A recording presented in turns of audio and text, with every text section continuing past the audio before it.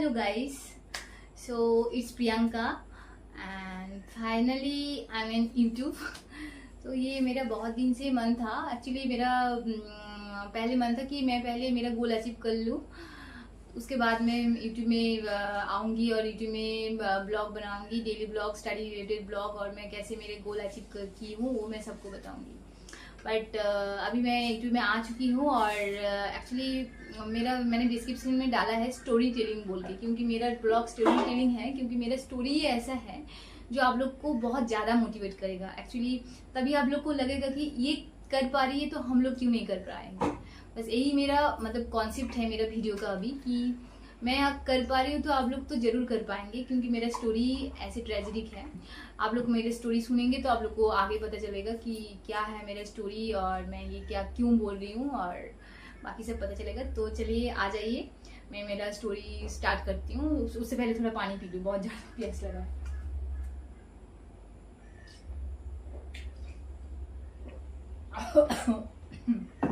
Okay sorry. तो 2018 में मैंने पास आउट किया था। 2018 से मेरा जॉब का जर्नी स्टार्ट हुआ। तो पहले 2.5 ईयर्स मैंने प्राइवेट में किया। उसके बाद कोलकाता म्यूनिसिपल कॉर्पोरेशन में मैंने ज्वाइन किया था, वो भी गवर्नमेंट सेक्टर था। और अभी जहाँ पे जॉब कर रही हूँ वो भी एक गवर्नमेंट ही सेक्टर है। यहाँ पे मैंने 2022 में ज्वाइन किया। तो जब भी मैं यहाँ पे ज्वाइन की थी उसके बाद तभी मेरे जहन में था कि नहीं, मुझे अभी तो स्टेट मिल गया है और अभी मुझे सेंट्रल गवर्नमेंट में जाना है। एक्चुअली मेरा पहले से ड्रीम था ऐसा कि स्टेप बाय स्टेप आगे बढ़ूंगी और मुझे जाना तो है एज ए नर्सिंग ऑफिसर और एज ए नर्सिंग सुपरिटेंडेंट ही मुझे सर्व करना है। तो पहले से यही था मेरा प्लान। तो 2022 में मैं मेरा प्लानिंग को इंटरवेंशन तक लाने के लिए मैंने कोचिंग स्टार्ट किया था। जब यहाँ पे आ गई थी, थोड़ा सेटल हुई उसके बाद, तो अभी मैं यहाँ पे अकेले रहती हूँ, क्योंकि मेरे फैमिली में मेरे मम्मी और मेरी सिस्टर है। तो वो लोग दोनों, जो मेरी सिस्टर भी जॉब करती है वो भी अलग जगह पे है, मेरी मम्मी भी जॉब करती है तो वो भी घर मतलब होम टाउन में है। तो यहाँ पे मैं अकेले रहती हूँ। छुट्टी में मम्मी यहाँ पे आती है, गर्मी की छुट्टी में और पूजा की छुट्टी में। तो जब मैं यहाँ पे पहले आई थी तो मम्मी मेरे पास थी, क्योंकि तभी मेरा सब कुछ सेटल करने के लिए एक जॉब में एक कंफर्ट जोन सब कुछ था। ये सब कुछ के लिए मम्मी मेरे पास थी तभी, क्योंकि मुझे सामान वामान शिफ्ट करना था ये सब के लिए।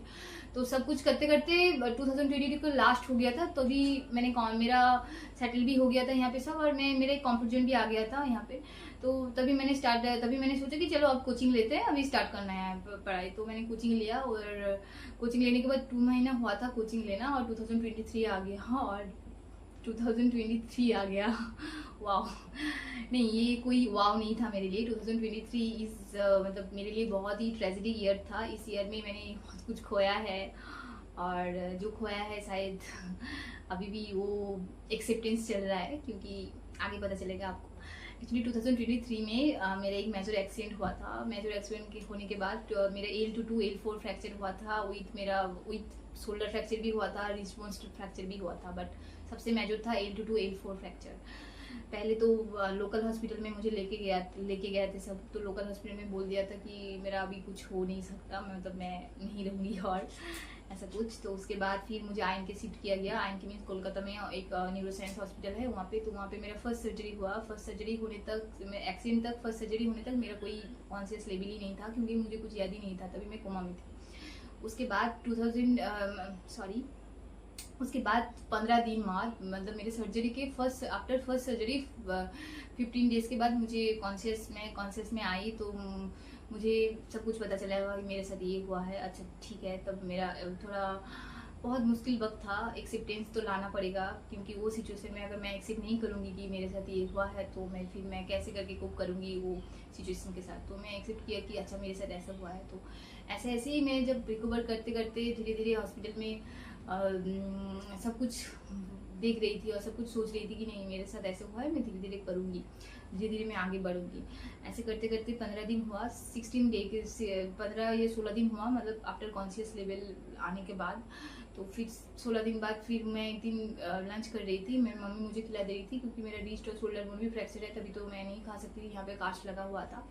तो मम्मी मुझे दोपहर में खिला देती थी और रात में सिस्टर लोग फ्री था। बट फिजियोथेरेपिस्ट लोग दो तीन दिन आके मेरा एक्टिविटी में वो लोग हेल्प करते थे मुझे और एक्सरसाइज वगैरह सिखा रहे थे। और तभी से मैं पैर हिलाने का एक्सरसाइज सीखती थी, क्योंकि मेरा बेड टू चेयर तभी भी अलाउ नहीं था। तो मैं बेड में बैठे बैठे खा रही थी और तभी नींद का दवाई भी मुझे इतना मिलता था क्योंकि पेन बहुत बहुत बहुत ही हाई लेवल पे पेन होता था मेरा। तो इतना पेन होता था कि पेन का दवाई में मैं हर टाइम सेमी कॉन्शियस लेवल में रहती थी, तो मुझे कुछ याद भी नहीं रहता था। और मैं ज़्यादा हॉस्पिटल में मतलब प्रेजेंट रहती थी फिजिकली, बट मेंटली मैं नहीं प्रेजेंट रहती थी। तो फिजियोथेरेपी आके वो लोग ऐसे एक्सरसाइज करा के चले जाते थे, तभी भी मैं सेमी कॉन्शियस लेवल में रहती थी। और लोग सिर्फ पैर हिलाने का एक्सरसाइज वगैरह वो लोग करते थे खुद। तो उससे 16 डेज में मैं मम्मी खिला दे रही थी, तो मुझे लगा कि पीछे से मेरा कुछ निकल रहा है। तो मम्मी को बोली कि मम्मी कुछ पीछे से देखिए। तो मम्मी देखिए मेरा जो स्टिच का साइड है वहाँ से मतलब जो ड्रेन जैसा होता है फ्लूइड वो निकल रहा है। तो मम्मी तो बहुत जोर से चिल्लाई। वहाँ पे डॉक्टर, नर्सिंग ऑफिसर, मतलब नर्सिंग इंचार्ज वगैरह वो लोग जो है वो लोग सब आए, डॉक्टर भी आए। फिर देखे, फिर वो लोग डिसीजन लिए कि सेकेंड सर्जरी करेंगे। फिर वो लोग तो मम्मी का मुंह के ऊपर ही बोल दिए थे कि हम लोग फर्स्ट सर्जरी किए थे, बट हम लोग ही कन्फ्यूजन में थे कि ये सर्जरी सक्सेसफुल होगा या नहीं होगा। ये सेकेंड भी कर रहे हैं, इसके बाद भी कोई गारंटी नहीं है कि थर्ड नहीं हो सकता है, थर्ड भी सर्जरी किया जा सकता है। मम्मी तो बहुत डर गई और सिचुएशन भी बहुत ख़राब हो गया था तभी। तो फिर सेकेंड सर्जरी हुआ, बट थैंक्स टू गॉड, मतलब गॉड मेरे साथ थे। फिर मेरा सेकेंड सर्जरी सक्सेसफुल हुआ इसलिए। बट अभी भी मेरा पेन है, मैं फॉरवर्ड बेंडिंग नहीं कर सकती हूँ, ज़्यादा देर तक विदाउट सपोर्ट नहीं बैठ सकती। घर जाने के लिए ट्रेन या बस में अगर ट्रैवल करती हूँ तो मुझे पेन किलर लेना पड़ता है। और ऐसे ही चल रहा है, हाँ ऐसे ही चल रहा है एक्चुअली। ये सब कुछ के बाद मतलब ये सब तो हो गया, मैं तो बोल रही हूँ और आप लोग को भी लग रहा है कि हाँ ये तो चले गया, बट ऐसा नहीं है। एक्चुअली सर्जरी के बाद मेरा जो डिप्रेशन लेवल था और मेरा जो फ्रस्ट्रेशन था वो बहुत ज़्यादा हो गया था, बहुत ज़्यादा ओवर थिंक करने लगी थी मैं। मतलब जो बात नहीं सोचती थी पहले, अभी मैं वो सोचती हूँ और ज़्यादा ओवर थिंक करती हूँ। क्योंकि तो स्पाइनल कॉर्ड में लगा था ब्रेन में, क्यों नहीं इफेक्ट जाएगा, ऑफकोर्स जाएगा। इसलिए भी अभी भी मुझे थोड़ा बहुत ज़्यादा डिप्रेशन होता है। मैं कुछ चीज़ अगर सोचने बैठ जाऊँ तो मैं सोचती हूँ वो चीज़। और ये सब कुछ छोड़ के मुझे सिर्फ दिखता है कि नहीं, उस बार मुझे जाना है, मतलब जाना है, कैसे भी करके जाना है, क्योंकि वो मेरा गोल है। और पता है मैं जब सब कुछ होने के बाद 2 महीने बाद मैं यहाँ पे आई, तभी मम्मी मेरे पास ही रुकी थी, क्योंकि मैं अकेले तो कुछ नहीं कर पाऊँगी। यहाँ पे मम्मी छुट्टी ली थी तो मम्मी मेरे पास ही थी। तो मेरे सर मुझे एक दिन कॉल किया कि प्रियंका तुम कोचिंग क्यों नहीं अटेंड कर रही हो। तो मैंने मेरे सर को बोला कि मेरे साथ ऐसे ऐसे हुआ है। तो सर ने सुना, सर ने बोला कि हाँ बहुत सुन के बहुत दुखी लगा, अब तो तुम नहीं कर पाओगे अटेंड इस ईयर और शायद नेक्स्ट ईयर भी। फिर तुम जब रिकवरी हो जाओगी तो उसके बाद ट्राई करना। तो मैंने सर को बोला क्यों नहीं कर पाऊंगी सर, इस ईयर ही मैं दूंगी। और उस ईयर ही एग्ज़ाम था, 3 महीने बाद शायद एग्ज़ाम था। सर मैं इस ईयर ही एग्ज़ाम दूंगी, बट मुझे पता है मैं प्रिपरेशन नहीं ली हूँ, बट मैंने एग्ज़ाम में बट मैं अपेयर दूँगी और नेक्स्ट ईयर मैं प्रिपेयर करके दूँगी। तो सर ने बोला तुम्हारा ये कॉन्फिडेंस तो बहुत अच्छा है, अभी तुम हॉस्पिटल से आई हो, अभी तुम दोगी। तो बोला हाँ मैं दूँगी। और गाइस मैंने 2 बार प्री में क्वालिफाई किया है, बट हाँ उसके बाद 2024 के बाद मैंने 2 बार प्री में क्वालिफाई किया है, बट मेंस नहीं हो पाया है। शायद मेरा पढ़ाई में ही कुछ छूट रहा है। एक्चुअली यहाँ पे मैं जहाँ पे रहती हूँ हाउस हेल्पिंग के लिए एक दीदी मैं रखी हूँ, बट खाना मुझे बनाना पड़ता है, ड्यूटी करना पड़ता है और बस पढ़ाई, ये तीनों चीज़ है अभी मेरे रूटीन में। कभी कभार थोड़ा जब पेन होता है तो मैं थोड़ा डिस्ट्रैक्ट हो जाती हूँ, तभी पेन किलर लेके मैं थोड़ा रेस्ट करती हूँ और तभी थोड़ा माइंड इधर उधर हो जाता है। बट मैं ये ब्लॉग का मतलब ये जो यूट्यूब चैनल और ये डेली ब्लॉग मैंने ऐसे करके, और मैंने 100 डेज चैलेंज करके स्टार्ट किया है, क्योंकि अगर ये ऐसे करके मैं स्टार्ट करूँगी तो मुझे मेरे दिमाग में रहेगा नहीं मुझे पढ़ना है, क्योंकि मैंने चैलेंज लिया है यूट्यूब में और मुझे पढ़ना है।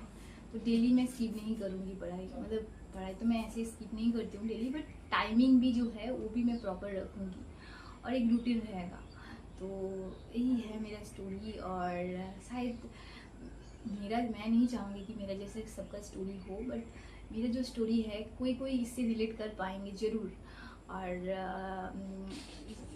अगर कोई रिलेट कर पाए तो मेरे साथ प्लीज़ जुड़े और मेरे चैनल को लाइक करे, सब्सक्राइब करे और शेयर करे। और हम लोग चलिए एक साथ फिर बनते हैं नर्सिंग ऑफिसर।